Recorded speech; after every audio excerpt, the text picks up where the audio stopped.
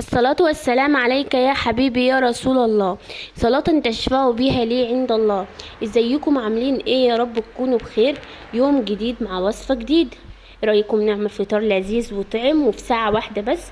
هنعمل صنفين حلوين جمال. عندك صدور وولادك ما بياكلوهاش؟ تعالي اتفرجي على الفيديو. عندك صدور مش عارفة محتارة تعملي بيها وصفات ايه؟ تعالي شوفي الفيديو ده. عايزة تعملي فطار لذيذ وحلو وانجز في رمضان ويكون حلو وتام؟ تعالي اتفرجي على الفيديو. يلا نبتدي ونسمي الله ونشوف احنا بنعمل ايه. جبنا يعني صدرين كده حلوين وابتدينا نقطعهم قطع صغيرة وهنعمل بهم وصفتين جمال خفاف. دايما الفطار بيحب التغيير، خصوصا لما يكون اليوم حر. بيحب اللي انتي تغيري. رمضان غير رمضان. بيني وبينكم انا كنت هعمل كذا وصفة بالصدور دي بس الوقت ما اذفنيش يعني. كنت عايزة اعمل بيتزاية حلوة وكنت عايزة لا اله الا الله اعمل الوصفتين دول مع كمان على البيتزاية، بس انا قلت ايه، يلا كفاية الوصفتين دول. يلا عشان ما نحرقش الفيديو ونقول احنا هنعمل ايه. نشوف. اول حاجه عملت معلقه سمنه حطيتها على النار وابتدي ان انا الوح او اصدم الصدور دي على معلقه السمنه على البوتاجاز. وخلاص على كده هبتدي بقى ان انا اخرط بصلايه واحطها على دي كاني بعمل شاورما بالظبط. بتعملي الشاورما ازاي؟ بلوح الاول في معلقه سمنه او زيت الصدر، صدر الفرخه، وبعد كده بحط البصلايه، قرن فلفل، طماطمايه، معلقه صلصه، بهارات بقى. انا حطيت كركم وحطيت فلفل وبابريكا وملح. تمام تمام. ابتدي بقى اسيبهم على، احط كل اللي انا قلت لك عليه ده واسيبه على النار، وهي دي الشاورما العاديه. طيب بصي بقى، كان عندي بوريك اللي هو البوريك الليبي، زي السمبوسك كده بالظبط. انا مش عارفه اني بينتهولك ولا انا نسيت اوريهولك في الفيديو. المهم ما علينا. بس الفرق بينه وبين السمبوسك المصري ان هو بيبقى تحس ان هو ملدن كده بسمنه، يعني تحس ان هو اصلا معجون بسمنه بس او معجون بماده دهنيه بس. السمبوسك بتبقى ناشفه شويه وما بيبقاش فيها لا اله الا الله محمد رسول الله سمنه كتير. تمام. وقلت نعمل النجرسكو الحلوه بالفراخ، بصدر الفرخه الحلو ده. كنت هعمل زي بيتزا زي ما انا قلت لك، يبقوا 3 وصفات. قلت معجن كوبايه دقيق واسيبها تتعجن، كان لسه حوالي نص ساعه بس على الاذان.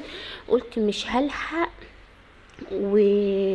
وقلت شويه الجبنه الموتزاريلا اللي معايا على شويه الشيدر دول احطهم على وش الجبنه، على وش النجرسكو، هيبقوا احلى واطعم. وبصراحه كان فطار لذيذ وطعم وجميل وتغيير. تمام تمام. كنت مستقلياه الصايم ده، يعني البني ادم وهو صايم سبحان الله بيبقى عايز يعمل كل حاجه. الحمد لله. بيبقى عايز يعمل كل حاجه، يعني بيبقى شايف كل حاجه قدامه قليله، ويجي يقعد على الاكل يدوبك بيشرب بس ميه وعصير وخلاص بيشبع. اظن احنا كلنا كده. فالحمد لله يا رب، ربنا يجعله صوما مقبولا يا رب وافطارا شهيا. المهم ابتديت بقى زي ما انا قلت لكم كده، ابتديت ان انا احضر الشاورما وما حطيتش عليها اي ميه ولا اي حاجه. المكونات ايه؟ المكونات تاني، لوحت صدر الفرخة في معلقة زيت. بعد ما تلوح ولونه بيض كده شوية قطعت عليه بصلاية، قرن شطة، طماطماية، معلقة صلصة، ملح، كمون، فلفل، بابريكا، اي بهارات بتحب اللي انتي تحطيها، كركم حطيها. بس كده ابتديت اللي انا احط كله على بعضه، ولا حطيت ميه ولا اي حاجه على الناشف كده، سبتها تتلوح وخلص على كده. في حله تانية جنبها ابتديت ان انا اسخن ميه واحط معلها نص معلقه ملح عشان ابتدي اللي انا اسلق المكرونه اللي هي سباكيتي. الوصفه دي بتبقى حلوه بالمكرونه السباكيتي. بس عايزه تعملي نجرسكو على اصله مكرونه سباكيتي، لا تقولي لي طويله ولا تقولي لي مكرونه اقلام ولا مكرونه صغيره ولا كلام من ده، هي السباكيتي. تمام تمام. بصي لكل شيء حاجته. بس هي نجرسكو مكرونه سباكيتي، مع احترام كل اللي بيقعد يعملها بمكرونه صغيره بصي جربت كل حاجه. نجرسكو انت لو عملتها بمكرونه صغيره هتقلب على بشاميل، مش هتقلب على نجرسكو خالص. المهم ابتديت بقى ان انا اعمل البشاميل. طيب يا مروه هقولك على تكات البشاميل اللي تطلعي بيها البشاميل حلو ولذيذ ومختلف عن بشاميل اي حد. بتحطي الدقيق عادي 3 معالق سمنه عليهم 3 معالق دقيق، وما تسيبيش الدقيق في قلب السمنه لما يستوي. ليه؟ كل ما الدقيق يبقى ابيض ما استواش في قلب السمنه، كل ما البشاميل يبقى ابيض، يبقى زيه زي القشطه، تيجي تاكليه تبقى عايزه تاكليه. ليه بيبقى ابيض؟ الحاجه اما بتبقى صفرة كده، الصينيه اما بتبقى اصلا وشها اصفر ما بتبقاش لذيذه، لكن لما بتبقى وشها ابيض بتشتهي اللي انتي العين بتاكل قبل البق. دايما نقول الكلمه دي، اللي العين بتاكل قبل البق.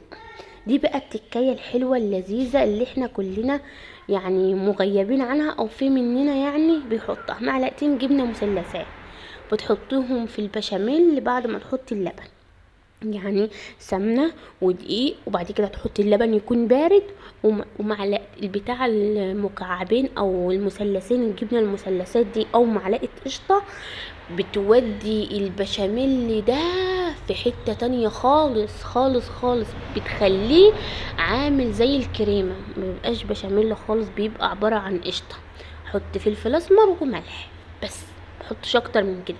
في ناس بتحط ماجي على البشاميل، في ناس بتحط جوز الطيب، في ناس بتحط بقى مكونات. بصي انتوا وراحتك زي ما قلنا، ودايما بنقول في كل الفيديوهات الاكل ده اذواق. ممكن انا اعمل تكايه انت ما تعملهاش، ممكن انا اعمل خطوه انت ما تعملهاش، ممكن بالنسبه لي الاكل ده خفيف وحلو، بالنسبه لك تقيل، ممكن بالنسبه لك لا مش كفايه. انا بحب اجود واحط التكه بتاعتي، كل واحد ليه تكه، كل واحد ليه حركه، كل واحد ليه نفس في الاكل، انت وراحتك.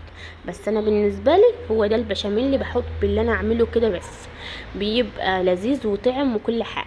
ابتديت اول حاجه بقى، شوف الخطوه دي، ابتديت ان انا احط المكرونه الاسباجيتي بعد ما اتسلقت في قلب الفراخ الشاورما اللي انا شوحتها، واقلبها كويس في الفراخ، والنجرسكو ده اغطي بالوش واسيبه ينزل بقى من الجهه دي ومن الجهه دي ومن النص، واسويه واظبطه وتمام.